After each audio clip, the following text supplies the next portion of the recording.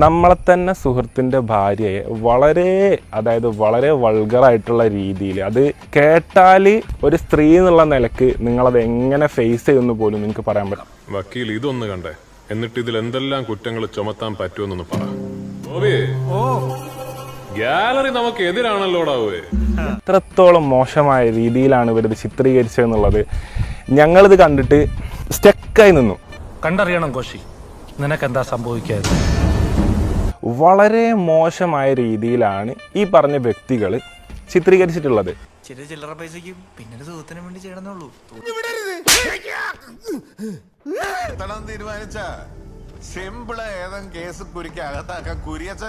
സുഹൃത്തിൻ്റെ ഭാര്യനെ, അതിലുള്ള സ്ത്രീകളെ, എൻ്റെ ഉമ്മ, അതായത് കൃത്യമായ വോയിസ് നോട്ടുകളുടെ അടിസ്ഥാനത്തിലാണ് ഞങ്ങൾ സംസാരിക്കുന്നത്. ഇതിൻ്റെ എല്ലാ വോയിസ് നോട്ടും ഞങ്ങളെ കയ്യിലുണ്ട്.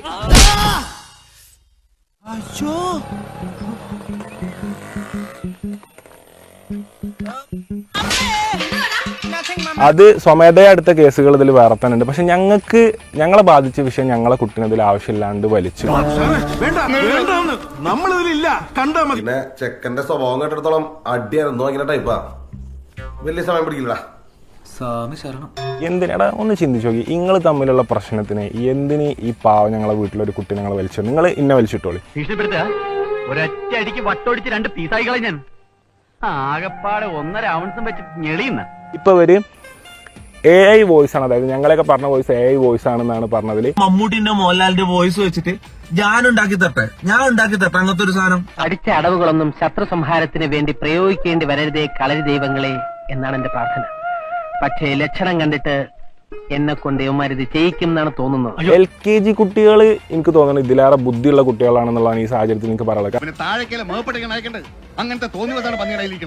വേണ്ടാത്ത ആവശ്യമില്ലാത്ത അശ്ലീല തെറികളടക്കം കണ്ണൂർ സ്ലാങ്ങിൽ AI എങ്ങനെ ഉണ്ടാക്കാന്നുള്ളത് എനിക്കിതുവരെ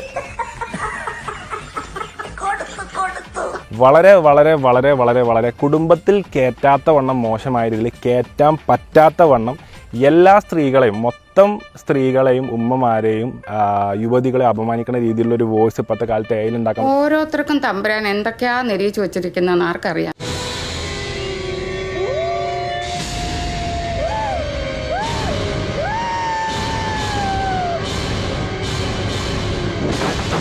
ഞങ്ങൾ സ്റ്റേഷനിൽ പോയി ആദ്യത്തെ പരാതി SIക്ക് കൊടുത്തു. വളരെ നന്നായി സാർ.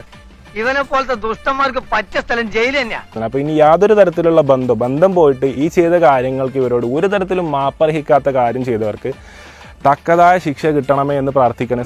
ഇനി ഒരു വാക്ക് മുണ്ടിയാ അടിച്ചെന്റെ ഔത്തറച്ച് കിടക്കും ഞാൻ തോറ്റുപോയാലും നിങ്ങളോടുള്ള എന്റെ സമീപനം പഴയതുപോലെ തന്നെ ആയിരിക്കും. നന്ദി, നമസ്കാരം.